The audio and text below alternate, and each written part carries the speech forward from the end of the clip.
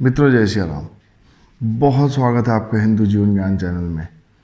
और आज एक बहुत ही महत्वपूर्ण जानकारी आपको देने जा रहा हूँ। आशा करता हूँ आपको यह वीडियो बहुत पसंद आएगा। मित्रों, हम लोग त्रिदेव के बारे में जानते हैं, ब्रह्मा विष्णु महेश। लेकिन आज मैं एक ऐसे देवता की बात करूँगा जिन्हें हम दंडपानी भी कहते हैं। पापियों को दंड देते हैं और जिस पे प्रसन्न हो जाते हैं उसे मृत्यु के मुंह से भी खींच लाते हैं। आप समझ रहे होंगे मैं किसकी बात कर रहा हूं। मैं आज काल भैरव की बात कर रहा हूं। मित्रों, बहुत ही प्रत्यक्ष देवता हैं, बहुत जल्दी सुनते हैं और जब प्रसन्न हो जाएं तो आपको माला माल कर देते हैं। आपके जीवन की गाड़ी को सदैव पटरी पे रखते हैं, कभी आपके जीवन में परेशानी नहीं आने देते। तो आइए सबसे पहले जानते हैं कि काल भैरव देवता जो हैं ये हैं कौन। मित्रों, शिवपुराण कहता है कि एक बार ब्रह्मा विष्णु महेश तीनों लोग बैठे आपस में शास्त्रार्थ कर रहे थे और विद्वानों में मतभेद होना स्वाभाविक होता है। तो तीनों देवता जब शास्त्रार्थ कर रहे थे तो वह शास्त्रार्थ जो है वाद विवाद का रूप ले लेता है और वाद विवाद के रूप में ब्रह्मा जी के मुंह से कुछ ऐसी बात निकल जाती है जिससे शिव जी को लगता है कि इन्होंने मेरा अपमान कर दिया।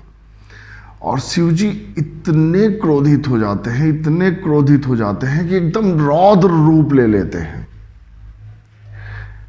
मित्रों, शिव जी के इसी रौद्र रूप से काल भैरव जी का प्राकट्य होता है।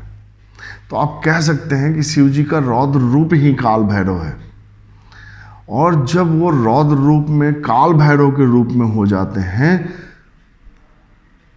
तो सबसे पहले सोमरस का पान करते हैं और उसके बाद सोमरस का पान करने के बाद ब्रह्मा जी के 5 सरों में से एक सर को काट देते हैं। काट तो वो सारे सरों को देते, लेकिन जैसे ही एक सर को काटते हैं, कभी शिव ने काली का क्रोध शांत किया था, आज काली शिव का क्रोध शांत करने मदिरा लेकर आती हैं। और काल भैरव जब उस मदिरा को पीते हैं तो शांत हो जाते हैं और शांत होने के बाद उन्हें बहुत अफसोस होता है कि मेरे द्वारा ब्रह्म हत्या हो गई। शिव जी जो हैं वो काशी में विश्वनाथ के रूप से विराजते हैं और जब काल भैरव अपने शिव स्वरूप से पूछते हैं कि मुझे ब्रह्म हत्या की निवृत्ति के लिए क्या करना चाहिए, तो शिव जी कहते हैं कि ब्रह्म हत्या की निवृत्ति सिर्फ काशी में हो सकती है, तुम काशी में आकर हमसे मिलो। और जब काल भैरव जाकर बाबा विश्वनाथ से काशी में मिलते हैं तो विश्वनाथ जी कहते हैं कि तुम इसी शहर में सभी लोगों की रक्षा करने के लिए इस जगह के कोतवाल के रूप में तुम स्थापित हो जाओ। तो मित्रों, काल भैरव जो हैं काशी में कोतवाल के रूप में स्थापित हो जाते हैं और ब्रह्म हत्या से उनकी निवृत्ति हो जाती है।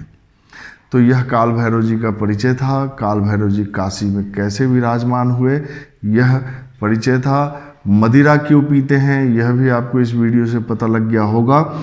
अब मदिरा के बात पे आपको एक मज़ेदार बात बताता हूँ। जब आप उज्जैन में काल भैरव जी को मदिरा चढ़ाएंगे तो प्रभु जो है वहाँ मदिरा पी जाते हैं। एक अंग्रेज अफसर को लगा कि कहीं ना कहीं यह मदिरा जाती होगी, तो उसने समस्त जगहों पे जांच करवाई, लेकिन कहीं भी उसे मदिरा के एक बूंद का भी प्रमाण नहीं मिला। तो उस समय तक देसी शराब चढ़ता था काल भैरव जी को, लेकिन उस अंग्रेज अफसर ने वाइन चढ़ाना शुरू किया। वह भक्त हो गया काल भैरव का और वाइन चढ़ाना शुरू किया। तब से काल भैरव जी को वाइन यानी अंग्रेजी शराब भी चढ़ने लगी। तो मित्रों, इस तरह से प्रभु को शराब चढ़ने लगी और यकीन मानिए शराब उनको बहुत पसंद है। सदैव काली के बगल में विराजते हैं या वहाँ विराजते हैं जहाँ शिव जी लिंग के रूप में उपस्थित हैं। जहाँ कहीं भी शिवलिंग है वहाँ काल भैरव अवश्य उपस्थित होंगे। मित्रों, यदि आप बहुत परेशानी में होते हैं तो शनिवार को काल भैरव जी को शराब चढ़ाइए। मंत्र होगा ओम भैरवाय नमः।